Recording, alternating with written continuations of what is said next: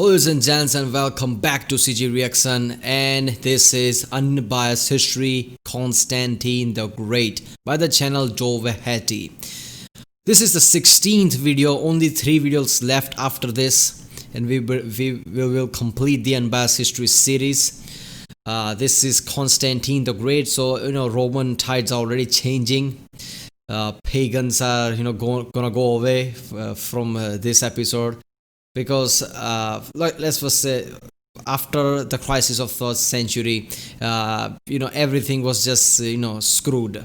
Everybody Romans on their own was screwing themselves. Everybody's like, I'm the next Augustus, I'm the next Caesar, I'm the next king, I'm the next emperor, whatever. And everybody was just rising up. At the same times, the barbarians were invading, but the great Aurelian came, probably one of the greatest emperors of all time in Roman history. He came up, saved Rome, and those goddamn Praetorian guards killed him. And then all the shit started again. Everybody claiming themselves to be emperors. Some of the key names came up there, but one main key name that rose up was Diocletian. Diocletian basically went dictator way. I don't like dictators usually, but I feel like that was the thing to do, what he did. After Aurelian, he was the key name there because he Aurelian saved Rome from barbarians. Diocletian saved Rome from Roman people because they were going again, bringing instability to whole region. I'm the emperor, stabbing each other in the back. So Diocletian came, screwed with the Praetorians, which I loved it. Just, demoted to some other guard duty. Who cares? But didn't kill them. I didn't like that. So, that was some great thing, but he went a dictatorship way. He was just suppressing everybody, suppressing any revolt immediately, was going hardcore, which kind of was important because it kind of brought stability to the place. He implemented tetrarchy, 4 acting emperors or something like that. They were governing the region. Obviously, they were all officially and unofficially was answering to Diocletian. But the point is, there were 4 people governing 4 states. 4 different parts of the Rome, and basically nobody was revolting because Diocletian was hardcore. He didn't let anything go. That was important thing. Then he also did something for the inflation. Brought up maximum retail prices and things like that. That is even carried out today. So that was important thing. So I think after Aurelian, Diocletian was also a key point, key emperor that came up. Now we're gonna see, obviously he retired, apparently the only emperor to do so, I think, or at least until this point. He went on the cabbage farm. I guess at the time he was playing Skyrim too, who knows. So he went to the cabbage farm, retired. And now I think Constantine is gonna rise up, Constantine the Great. And I know some things about Constantine because he was a really key name in the tides of history. Basically, Christianity exists at the level that it exists today, spread throughout the world, is kind of dominating. It happened because of Constantine the Great. He basically adapted Christianity and made Rome a Christian state rather than pagan state. That was the main thing because Roman Empire was huge at the time. Yes, Rome's gonna fall soon, but at the time Roman Empire was really strong. Roman Empire became Christian state. Holy Western Roman Empire, I don't know what the hell was called, but the point is Roman Empire became Christian state. After then it spread throughout the world, and from there it keeps spreading, and today Christianity is one of the biggest religions of the world. Even the calendar we use today is Christian calendar. Everybody uses today whatever calendar they are using, January to December, that's a Christian calendar. Julius Caesar came up with it. But it was off by 12 days. Christians modified it in I think 16th century or something. They modified it a bit, and they just made it perfect enough. That's the perfect calendar anybody can come up with. There is no better calendar to come up with. So whatever calendar we are using today, that's a Christian calendar. So Christian basically dominated in lots of areas. That's because of Constantine the Great. Constantine's mother Helena, now Saint Helena, was key point in that. He played a key role into embedding Christianity into Constantine. That's why Christians, made her a saint, because without her, Constantine wouldn't have become Christian, and Christianity wouldn't have spread this much. So Constantine the Great was a key name in the history that changed the tide of history by a big margin. If he wasn't a Christian, I don't know, Christianity still would have existed, but I think we would have been still, lots of area would have been still, worshipping Jupiter and things like that. So yeah, that was a great thing, and we are gonna witness the rise of Constantine. I'm pretty sure this episode Constantine gonna triumph a lot of places because he was that good and a giant emperor. He established Constantinople, formerly known as Byzantine, and now it's Istanbul, I think. So yeah, that's what this episode is going to be fun. And somebody said in the comment of 1 or 2 video ago that you're gonna love what's gonna happen in few episodes because of Praetorians. Clearly, it wasn't the last episode, even though I loved it, whatever Diocletian did. But I don't know if this episode is the next episode, but I really want to see those damn Praetorians get killed. So let's watch the episode. Constantine the Great. Oh, God. Better mute it now than to edit later.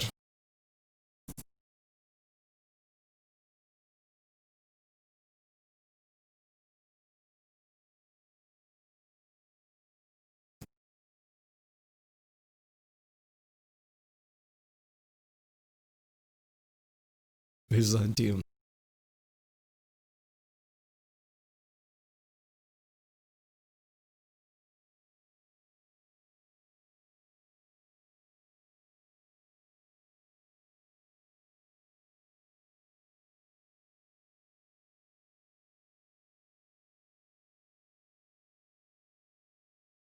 Oh yes. Oh, this intro suggests this is the episode Praetorian gets killed. Oh, if that's the case, Constantine the Great is the greatest emperor of all time, and this is the greatest video ever made. If that happens, I hate those Praetorians.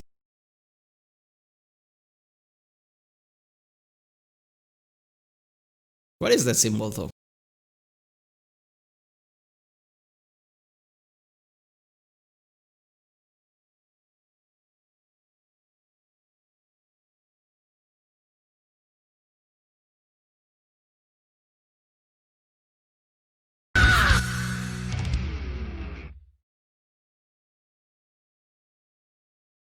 It was the height of the crisis of the 3rd century. Claudius Gothicus had recently saved Nisus from the Gothic hordes. Thanks to him, his great-nephew could bear a child with his loved one, during the reign of Rome's greatest emperor. In time, the crisis would pass, and that child would surpass even his own legacy. This is the tale of Flavius Valerius Constantinus, or as history would know him, Constantine the Great. From a very early age, Constantine had it hard. Born and raised on the most dangerous imperial border, his father was constantly out fighting barbarians, leaving him to be raised by his mother, Helena, a saintly figure. The years passed, and eventually he received news of his father's promotion as Caesar and his engagement to the emperor's daughter. Still loved by his father, he was sent to Diocletian's court, where he was to learn how to be an emperor from one of the very best. And in the battlefield, Constantine proved himself a prodigy, crushing barbarian invasions with Diocletian in the Danube, and slaughtering Sassanids under Galerius in the east, gaining the respect, praise and adoration of all as a natural leader. Returning to Nicomedia, Constantine was present for the Great Persecution, seeing that no matter how many Christians were killed, it never seemed to be enough. He didn't know quite to think of it, but one thing was certain, killing them all didn't seem to work. Diocletian knew greatness when he saw it, and together with Galerius, he feared that Constantine might prove a threat to the Tetrarchic system. So once Diocletian finally resigned, seeking to restore the unfamiliar succession system of the 5 good emperors, he proclaimed neither Constantine nor Maxentius would be Caesars, their talent or obvious villainy not quite the point. And after Diocletian retired to his cabbage farm and Galerius took over, the new Augustus such Okay, so he didn't make Constantine the successor, or Caesar they called it at the time. I never understood that. At the early times they were calling the emperor Caesars, but the late Roman times like this, Caesar was the title given to the people who were successor, and Augustus is the title given to the emperors. I mean, I get it, Augustus was the first emperor, Caesar never accepted being an emperor. But if he did, he would have been the first emperor, and he would have been a dominating one too if he didn't die earlier. Everybody realized that. There's a reason why three top military names, if you can think of, are Alexander the Great, Julius Caesar, and Napoleon. Julius Caesar was a big thing, regardless of what. Even though his success, if you compare it to the others, he won't be at the top. But he just died early. He was a brilliant mind. Everybody recognized that. So I don't get it why his name was demoted in the end to the successor, and Augustus was the emperor. Test his co-emperor's son, throwing Constantine into a one-on-one fight against a lion, which he won. Then on a hunt of Sarmatians beyond the Danube, returning with the barbarians' heads, thus proving himself. Already an adult, Constantine hooked up with his first love. Was it trying to kill Constantine or something by giving those tasks? Minervina, with whom he had his first son, Crispus, named after his great-grandfather. One night, as Galerius was partying, after being asked by both Constantius and Constantine to let father and son reunite, he relented, letting him go and crush the legs of every horse in his way to ensure he would keep going. After traversing his way west, Constantine was reunited with his father in Bononia, even if it would prove to be for a short while. By the time he was crossing into Britain, he had learned much of the empire he lived on, the heroes that defined it, so it's a Monster Energy drink, and the gods they worshipped, all influencing him deeply. Nice. Fighting beyond the wall, Constantine almost finished Agricola's legacy, but had to halt, for his father's end was at hand. Marching south to Aboracum, Constantius uttered his last words, declaring his support for Constantine to become an Augustus, and then dying. And the legions, in their grief, acclaimed Constantine as Augustus right then and there, to his deep surprise and confusion.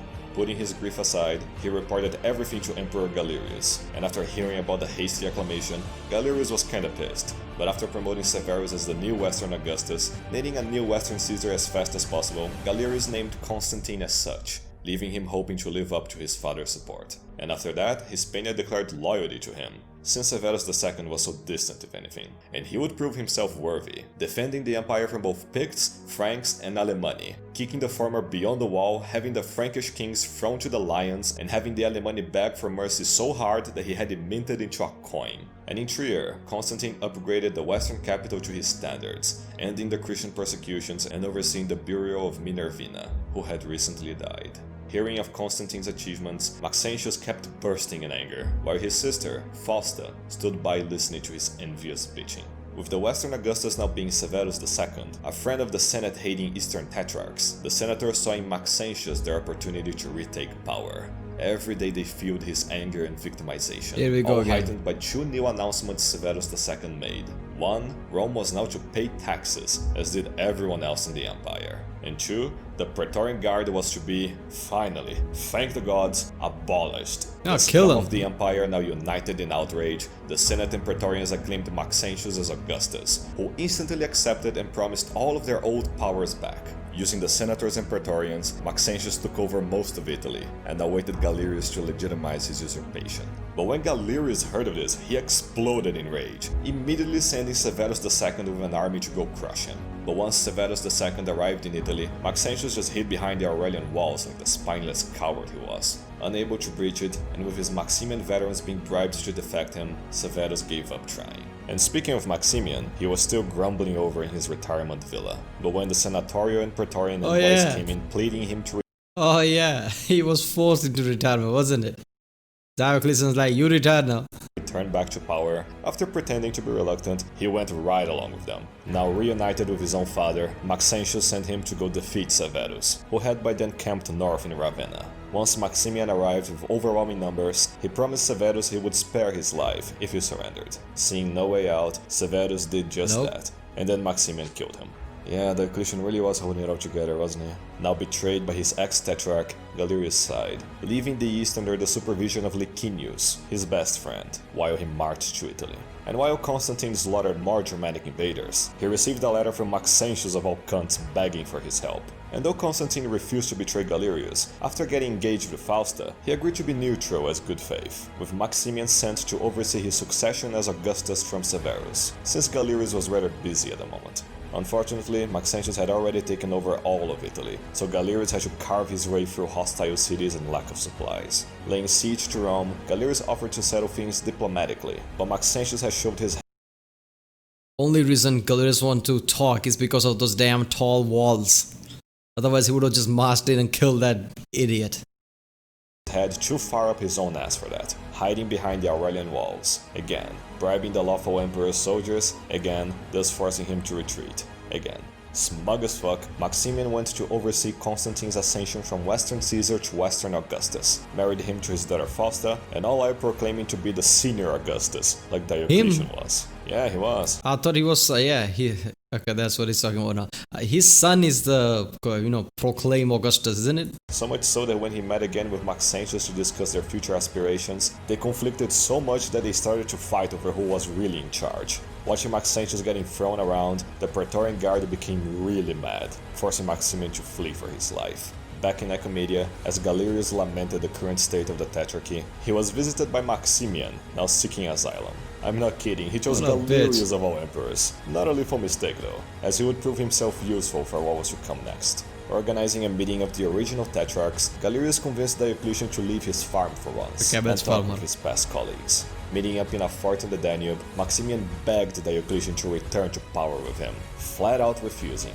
and saying, "If only you saw the majestic cabbages I was growing back home, you too would give up the pursuit of worldly power." Diocletian, cabbage farmer. And after telling Maximian to go back to retirement, Galerius sought approval for his reform of the Tetrarchy. Galerius and Dia would remain as they were. Constantine would be demoted back to Caesar, despite Galerius not having the authority to do that. Maxentius would still be an usurper, and Licinius would be inserted in as the new Western Augustus. And speaking of the usurper, he was by then brutally crushing revolts, ruling tyrannically and getting hated more and more by the Roman Italians. To recompensate the scorned Westerners, Galerius gave them the title of Son of the Augusti, which both of them refused for very different reasons. Which brings us back to Dia, still Caesar of the East and yet now calling himself Augustus as well, making up 5 in total. Having outlived his usefulness to Galerius, Maximian then fled to the court of Constantine in the west, where he was welcomed with respect. Constantine then gave Maximian some legions to keep an eye on Maxentius in the Alps, while he went to crush more Germans on the Rhine.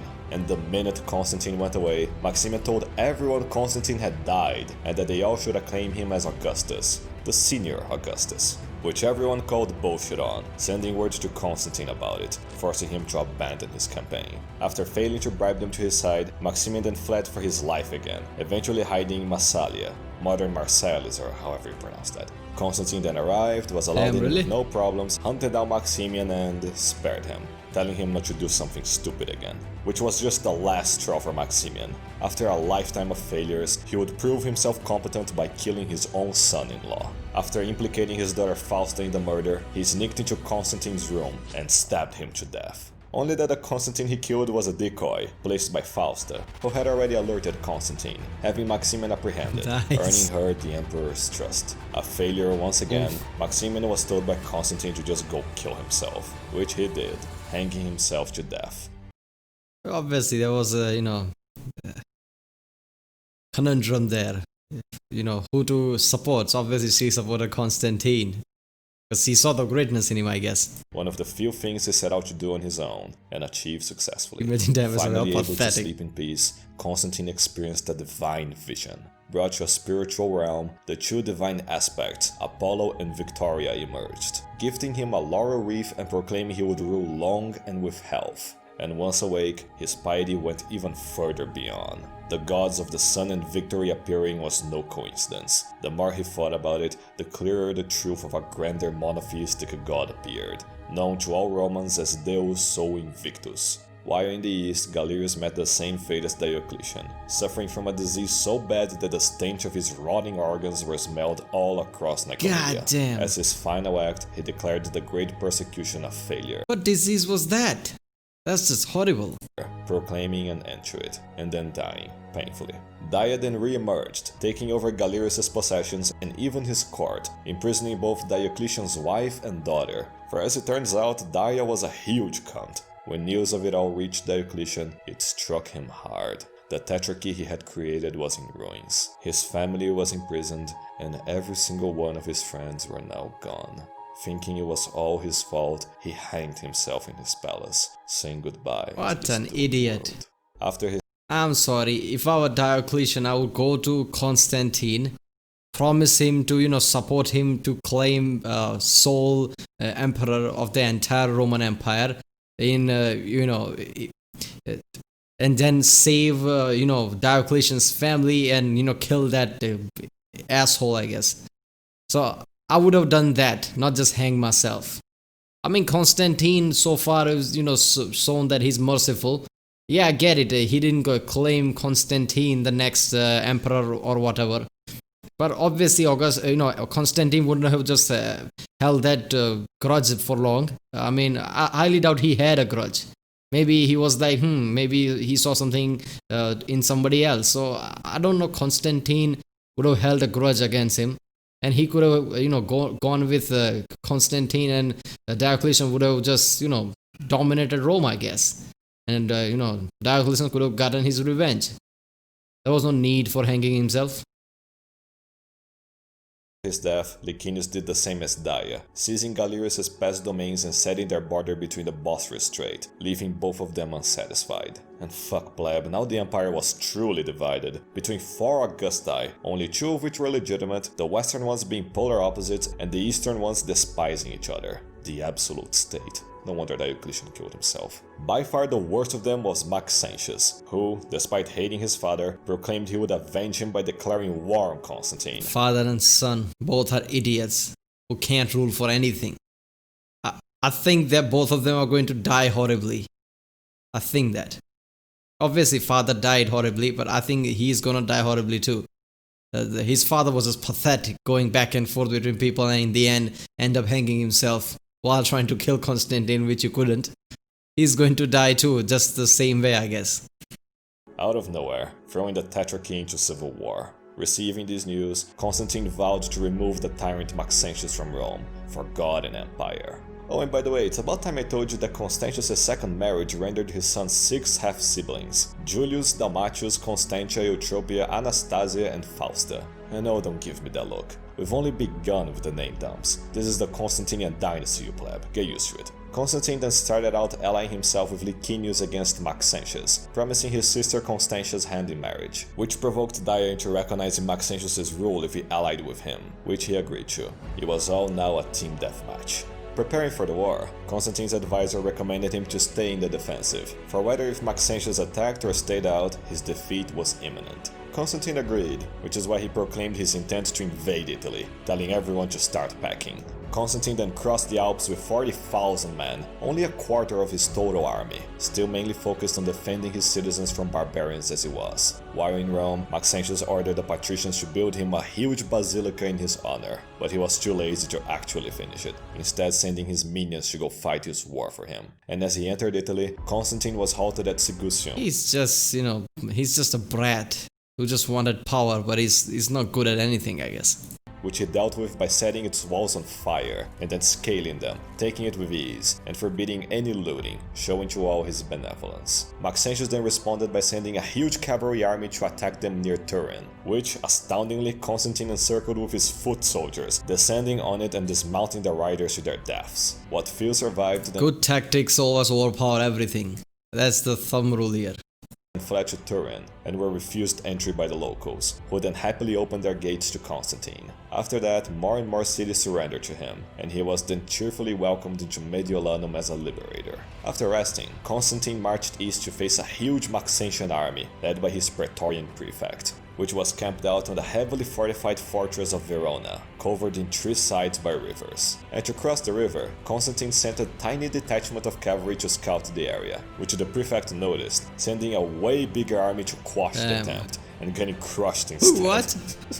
Constantine then laid siege to Verona, allowing the prefect to flee, and returned with an even bigger army, to which Constantine sent one tiny battalion to fight off. No way. The insulted prefect then attacked, got his entire army destroyed, and died in battle. How the hell is that possible? Damn, Constantine was badass. How the hell did he do that? With only few number of soldiers, he's killing a hordes of people.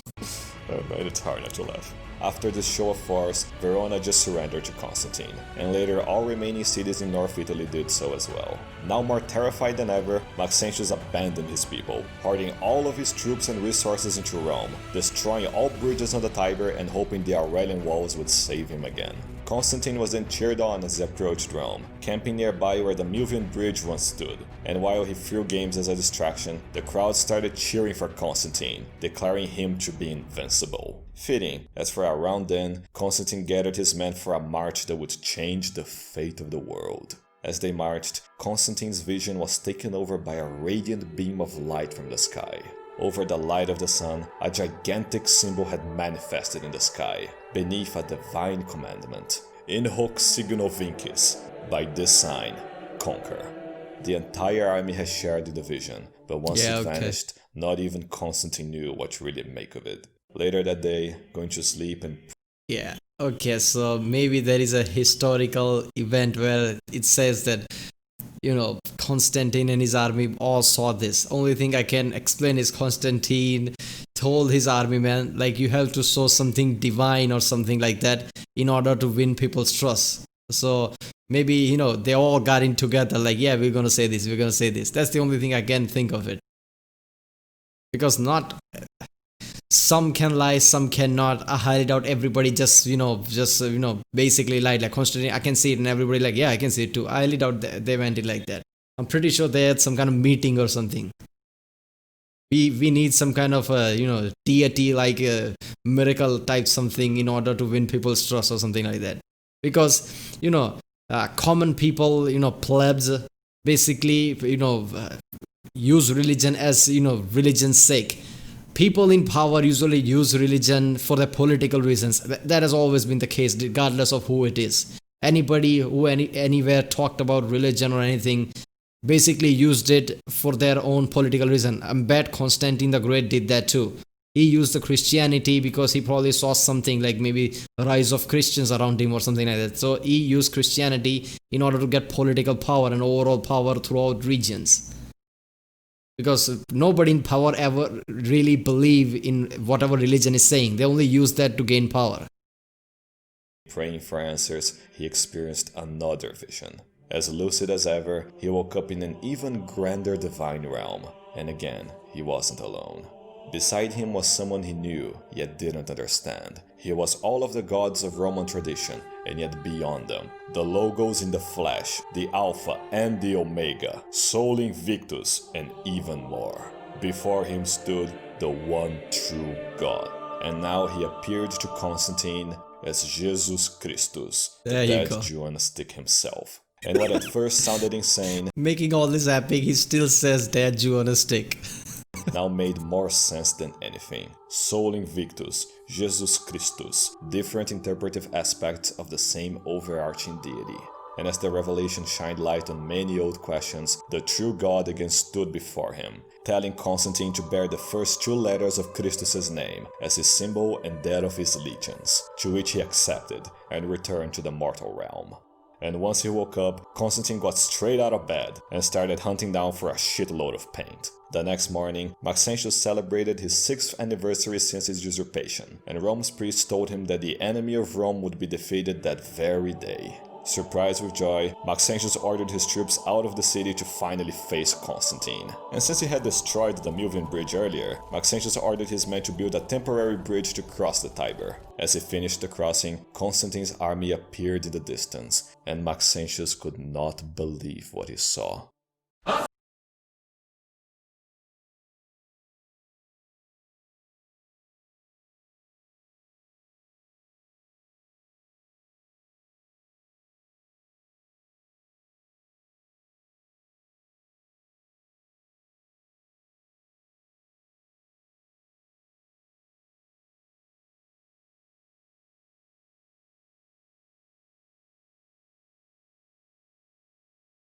There you go. I remember this. Whenever anybody uses as a Roman something like Roman power, Roman army or something, their general or whoever's leading the army always has, sign like this in their hands. And I was wondering what the hell is that? I think even in New Vegas, the legions used to carry this.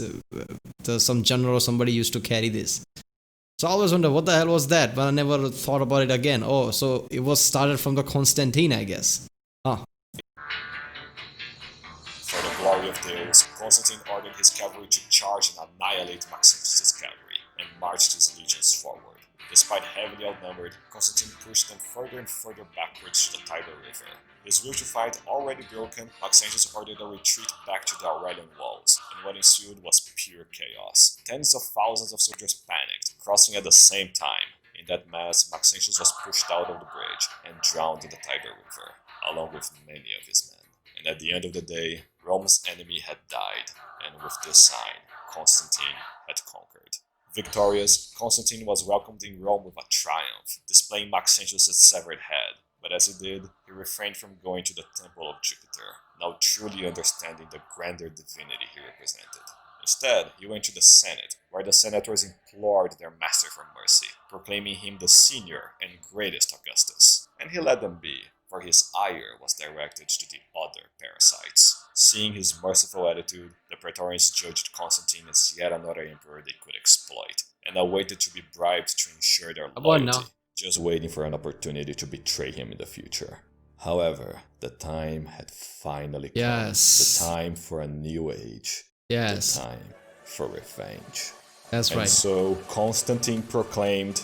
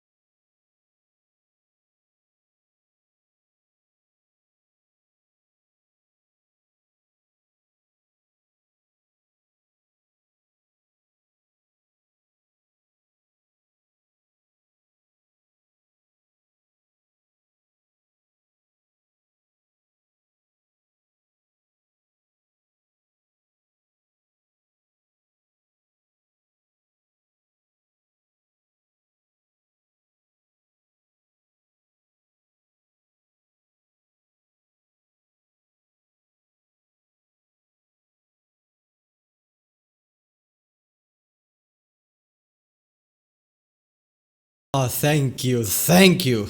I really wanted to see this one. Those fucking Praetorians. I'm gonna need a moment here. Well, let's begin again.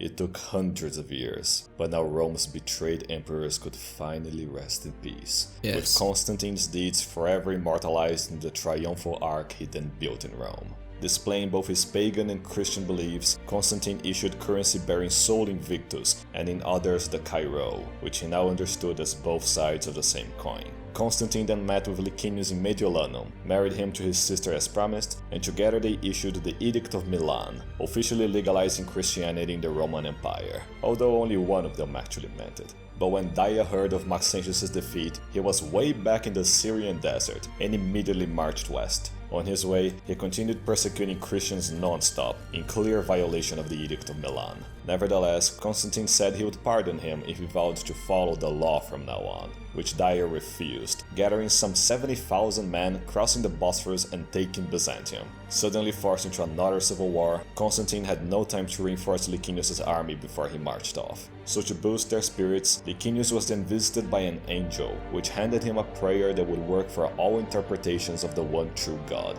be it Jupiter, Sol, Yahweh, whatever. His speech given, Licinius faced Daia's overwhelming numbers at Zeralum, the city where Aurelian had once been betrayed decades back. Confident in his numbers, Daia just stayed in the defensive, knowing that Licinius' men would soon give up. Eventually their incessive attacking proved him wrong, but too late for him by then.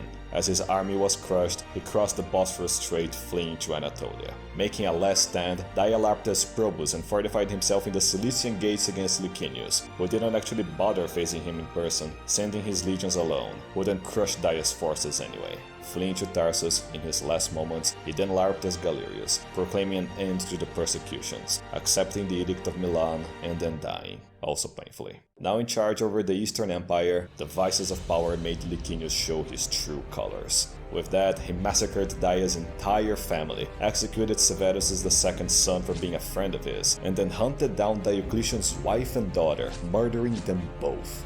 Hearing of this horrific carnage from afar, Constantine's alliance with Licinius immediately began deteriorating. And as that happened, Armenia had gotten a new king again, a Christian this time, who then proclaimed Christianity as Armenia's state religion, outlawing all other pagan interpretations of God, a premonition if there ever was one.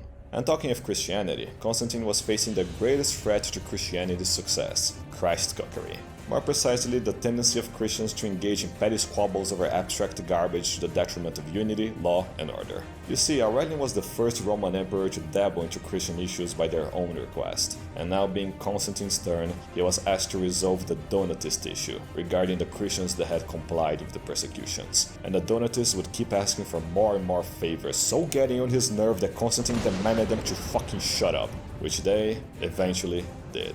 As the years passed, Fausta would bear Constantine 6 children: Constantine II, Constantius II, and Constans, plus another 3 girls, Constantina, Elena, and Fausta, but who cares. And Constantia also bore a child with Licinius as well, Licinius II. This will be one fucked family tree for a while. And with so many potential heirs, Constantine proposed to revive Diocletian's tetrarchy. Sending Julius to speak with Licinius, Constantine then married Anastasia to Bassianus, a friend of Senecio, who was BFFs with Licinius, proposing to elevate him as Caesar alongside Crispus, Constantine's now grown eldest son, to which Licinius refused outright, later ordering Senecio to order Bassianus to go and murder Constantine in his sleep. However, Bassianus hadn't been the first one to try that, completely failing in his plot and getting executed for the attempt. And when Constantine demanded Senecio to be handed over for judgment, Licinius refused, tearing down all of Constantine's statues in his realm, and thus declaring war. And wait a second here, the empire was now split west and east among 2 men with family ties who hated each other on the precipice of civil war? Well, if God wants to replay the Augustus arc so bad, he can't blame me for already knowing who the Livia of this story is. So yeah, Constantine then led a force of 20,000 men over the Alps into Illyria, and Licinius gathered 35,000 men and marched west. They finally clashed in Pannonia, where the infantry clashed for hours, Constantine flanked and destroyed the enemy forces, and Licinius just fled in the dark of night. Fleeing to the east, Licinius raised one of his generals, Valens, as his co-Augustus to ensure his loyalty. Remember that name, it's kinda confusing. After declining a peace treaty, getting fucked on the battlefield, and escaping again, it was only after encircling Constantine to no avail that he felt secure enough to negotiate. Constantine then forced Licinius to recognize him as the senior Augustus, took everything west of Thrace, and had Valens executed. That done, Constantine then formed a new tetrarchy on his own, elevating Crispus and Constantine II as Caesars, with Licinius II added in as another fifth wheel. He then moved his capital to Sirmium so he could keep an eye on Licinius up close, sending Crispus to go defend the west. I don't understand. Why didn't he just go through it all? Bringing his whole entire army and just kill that guy. Why did he divide the empire like that? From barbarians in his name, protecting Gaul from 3 massive Germanic invasions, and being as talented as his father, Crispus became just as loved and admired by all. And back to Licinius, he disobeyed his own edict and started persecuting Christians again, plain just ignoring that whole angel thing, I guess. As he wasted his time on that, Constantine was defending the Danube from both Goths and Sarmatians, crushing them both in battle and even killing the new Gothic king before he caused much trouble. Thing is, the barbarians began invading through Licinius' side instead, forcing Constantine to constantly cross the border and clean up the mess. And instead of helping him defend his citizens, he declared war on Constantine again, gathering 165,000 men to fight Constantine's 130,000. Fortifying himself beside the river by Adrianople, Licinius also betrayed civilization and recruited a huge Gothic horde to serve him. Constantine, however, bound. Damn idiot. This is always has been the case, isn't it? Barbarians are always attacking Rome, and they are always resort to petty squabbles among themselves. Gonna attack Constantine, obviously. Not the whole horde of Goths and everybody's attacking, not them. Gonna attack Constantine because that makes sense. Let's kill each other and weaken ourselves inside, so barbarians just come and kill everything. a whole Frankish horde into his service, binding them with the divine magic of his Cairo standard. Facing Licinius, Constantine found a good spot to cross the river, ordering a bridge to be built far away as a distraction. And once Licinius fell for the bait, Constantine crossed and flanked his lines, pushing him back and casting his standard's divine magic on his own legions, blasting them with so much power he made Licinius flee again, this time to Byzantium, naming yet another general as co-emperor, some dude named Martinian, who he then sent east to gather a new army for him. And despite being injured, Why does he look like that? Constantine pressed on. But after realizing just how fucking hard it was to siege Byzantium, he ordered his son Crispus back from the west to lead his naval campaign. Yeah, that has been case for a long time. Why is it so hard to siege Byzantium? What was the special thing about it? Even in the past, I've seen people have extremely hard time, sieging Byzantium. Was it how high the walls were? What was making it so hard about it?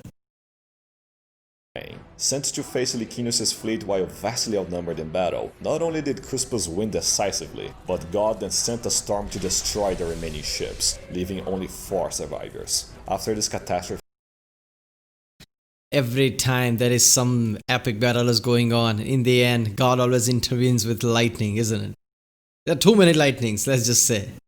For this particular patch of the world in Roman Empire, there's too many lightnings are happening, let's just say that. Licinius then fled to Anatolia and was pursued by Constantine all the way to Chrysopolis. So desperate he became that he started praying to Jupiter and company for help, despite them being derivative of the god he had so recently scorned. So desperate, in fact, he grew to fear Constantine's divine standard above everything else, forbidding his troops to attack in its direction or to even look at it. Resorting to just charging his Goths at him, Constantine ordered one massive charge forward, killing tens of thousands and making Licinius flee one final time. And after fleeing to Nicomedia, Licinius sent his wife Constantia to go plead for his life, which he did, and as Constantine couldn't deny his sister's request, Licinius was allowed to live, being imprisoned in Thessalonica and Martinian in Cappadocia. But soon after he was set free by his adolescent son Licinius, and together they conspired with the Goths to link him together with their hordes and then kill Constantine, but getting caught in the attempt. And for having conspired with barbarians against their emperor, plus all of their other crimes, they were both hanged to death, leaving Constantine as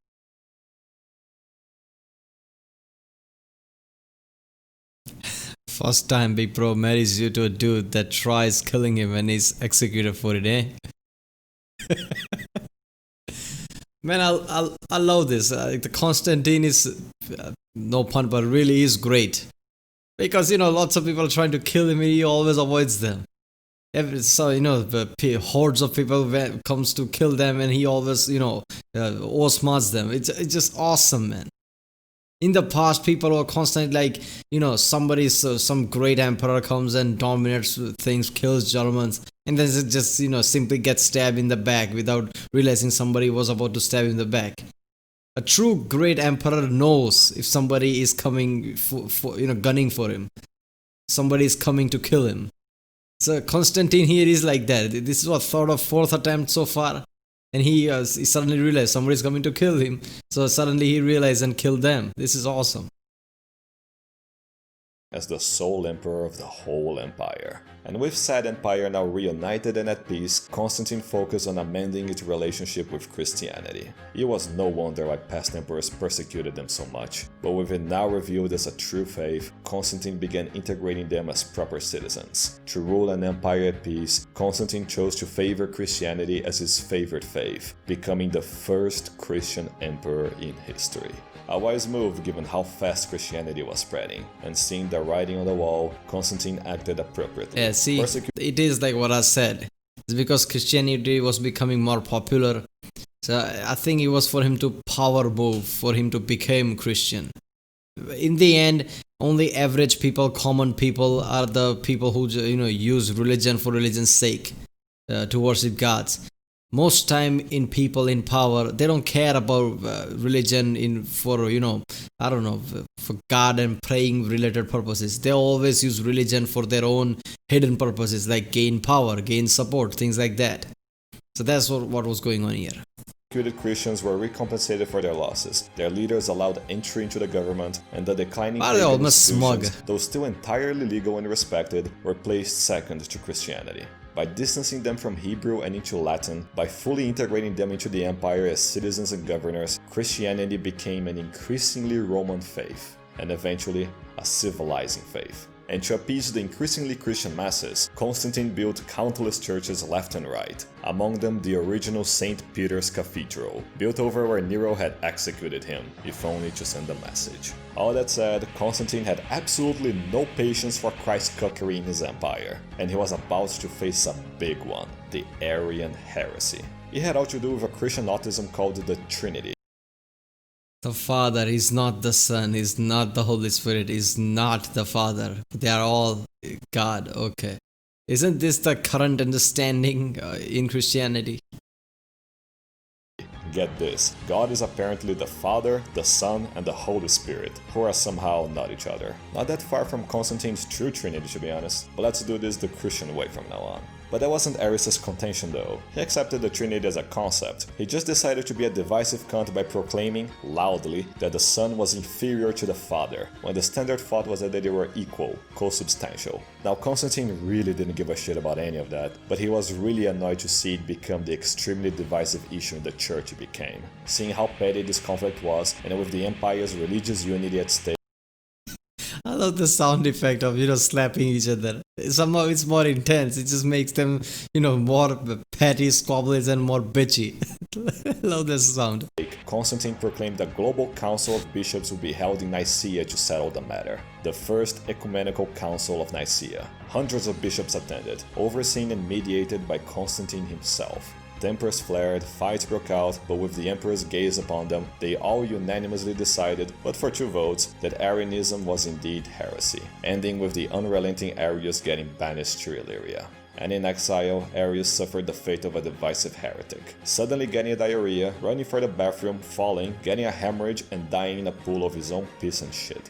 Which then takes us to Crispus, who by being a war hero, as well as the spitting image of his father, but younger, his stepmother Fausta was taken over with lust for him, leading her to try and seduce Crispus one night. But Crispus rejected her with disgust, thus pushing her to live up to the other stepmother stereotype, to get her revenge, and to secure her own son's ascension to power. Knowing that magic wouldn't work on Constantine, Fausta claimed that Crispus had tried to rape her and was plotting to murder him. Believing her and completely devastated, Constantine then had his eldest son seized, tried, and executed. But the pain of losing his beloved son wouldn't lessen. For while visiting his mother Helena in Rome, as he lamented his loss, she told him the truth. Without even seeing if it's true or not, just, having him captured and killed. Usually back in that time, people at most exile or, imprison. Killing, that's a bit extreme. I think, what really happened is Constantine feel more insecure, he's coming for his throne or something. That's why he had him executed. Truth that Fausta had lied to him. Now angrier than ever before, Constantine threw Fausta into a bathing room and cranked up the heat until she suffocated to death. Now deprived of both enemies and loved ones that weren't Crispus, Constantine focused back on the empire, with its capital particularly in mind. It had long become a cesspool of degeneracy, its political and economical influence diminished away, and its strategic position grown more and more an issue. What the empire needed for a capital was a centrally located city, like in between continents, had a nice harbor, like in between 2 different seas, was close enough to volatile borders, like the Danube, and was so easily defensible that it could just build one massive wall on one of its sides and defend it for over 1,000 years Byzantium. It needed Byzantium. Here, near where his Trojan ancestors once stood, where his mentor Diocletian recently ruled, and right beside where the greatest emperor Aurelian was assassinated, Constantine was visited by an archangel, who confirmed this was where he was to build his new city. Right Constantine thus proclaimed the birth of a second Rome, a new Rome, Nova Roma, or as it was eventually named, the city of Constantine, Constantinople.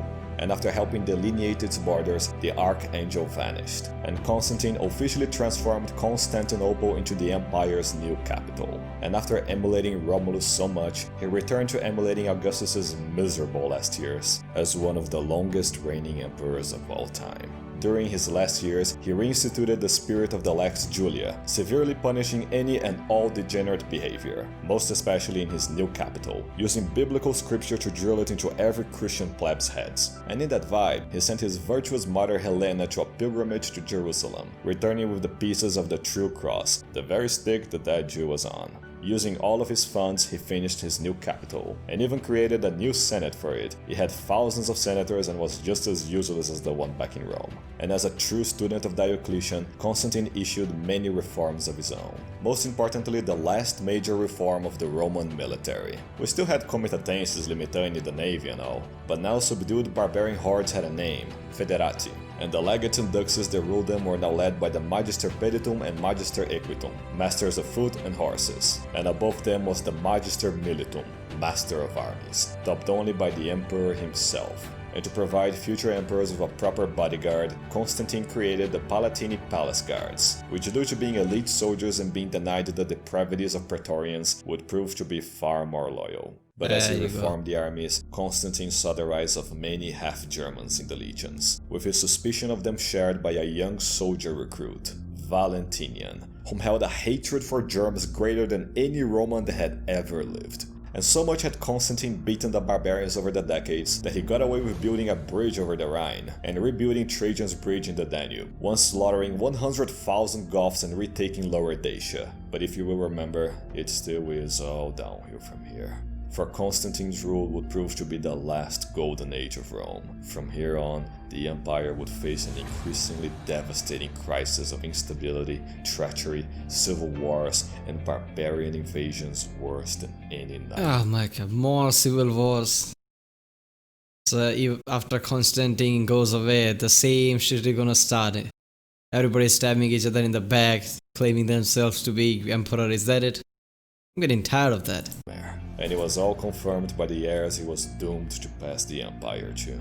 Of his 3 sons, Constantine II was the opposite of his father, weak, vain, and treacherous. Constantius II was intelligent and strong, but had grown cynical and distant due to Faustus' upbringing. And Constans was a fag, literally. He loved dick, very unchristian. So he then looked onto his nephews, like the sons of Constantius' new marriage, Damatius and Hannibalianus, as well as the sons of Julius, like Gallus, the step-grand-grand-grand-grand-grand-grandson of Caracalla, and also his half-brother, a very young Julian, in whom he sensed the most potential, but had to ignore due to his age. After giving it some thought, he sought again to revive the Tetrarchy by giving the west to Constantine II, Italy and its surroundings to Constans, the east to Constantius II, and both Thrace and Greece to Damatius. As for Hannibalianus, he was named King of Kings. And yeah, that implies what you think it implies. That's right, Constantine gave the entire unconquered Sassanid Empire to his nephew, as a sloppy seconds at that, on top of claiming that all Christians in the East were under his own personal protection, the madman, which was something that Shapur's great-grandson, Shapur II, used as an excuse to invade the empire and destroy civilization. The peace broken, Constantine prepared to fuck their shit up, only to realize how fucked his own shit was. So weak and ill he became that after praying to God for answers, he realized he was about to die. He was then rushed westwards Constantinople, seeking to Skyrim, Minecraft, Total War, Race, Real World. Die in the city he had built, but alas, he could only make as far as Nicomedia. After a life of service for the one true God, Constantine sought to legitimize the Christian faith once and for all, so as his final wish, he asked to be baptized. Cleansed the way of all sin, despite having none, Constantine gave up to the call from high above, and left this mortal realm one final time. Having ruled as Rome's emperor for over 3 decades, he displayed wisdom and virtue, was never defeated in battle, defended the empire from barbarians Was never defeated in battle, damn, that's strong. Countless times, reunited Rome after a terrible civil war, transformed Christianity into a Roman civilizing faith, and gave the empire a new capital that would stand for over 1,000. Wait a minute, what did he say? After a terrible civil war, transformed Christianity into a Transform Christianity to a Roman civilizing faith, okay. Roman civilizing faith, and gave the empire a new capital that would stand for over Rome above everything, yeah? That's the philosophy of Doherty. Rome is above everything. 1,000 years. And it is for these reasons, and 1,000 reasons more, that history will forever remember him as Constantine the Great. I think that people remember Constantine the Great not just because of that, because of his what he did changed the course of history. Christian became as this gigantic religion because what he did here. Because Rome became Christian, and it doesn't matter if Rome falls or not. Whatever comes out of it is still going to be stronger because their past is Roman Empire. So and then that became Christian Empire. So obviously everything was just huge after that. That was just heavy. So in the end, when Constantine died, he also, I don't know what's going to happen, but I'm guessing yet he also screwed the Romans too by giving the Sassanid Empire to his nephew. Maybe, I don't know, I'm not sure, but Shapur the second, whatever his name is, he's the one who's going to bring down the Rome in the end. Because if that's the case, then that was all Constantine's fault. He broke the peace and then died. He should have done that. If he wanted to do that, he should have done that when he was young, not when he's about to die. So if that's the case, Constantine screwed Rome in the end. That would be a heavy thing if that's the case. This was a great episode. Constantinople was established, Byzantium no more, Rome became Christian state. That changed the course of history. Constantine was a really powerful emperor, in my opinion. Obviously, Aurelian was also dominant. But Constantine was powerful for one key thing. People were trying to kill him, and he knew that they were coming and did something about it. In the past, that always bugged me. Obviously, I always chalked it up like this is real life, not a movie. So obviously, this is bound to happen. But still, this allowed me. I loved this one. That anybody came to kill him, he realized that somebody's coming to kill him. That he killed them. It was not easy to kill Constantine. In the past, some giant emperors did giant things and in the end just died because somebody stabbed them in the back, some stupid family member or most Praetorian guards. Constantine just knew, first of all, those Praetorian guards, they are done, so all loaded. Praetorian guards are dead. That was a major thing. That alone makes Constantine the greatest emperor of all time. On top of all them, he, saw all the assassination attempt and countered that. That was just awesome. He built another city that even is around here today. And when he built the city, I think that lasted for a long, long time. Constantinople, that was just heavy. Constantine the Great, the name is about right, Constantine the Great, because he changed the course of history, and he was just a dominant emperor. He never lost a battle. That was heavy too. Alright people, if you like my reaction, don't forget to like and subscribe.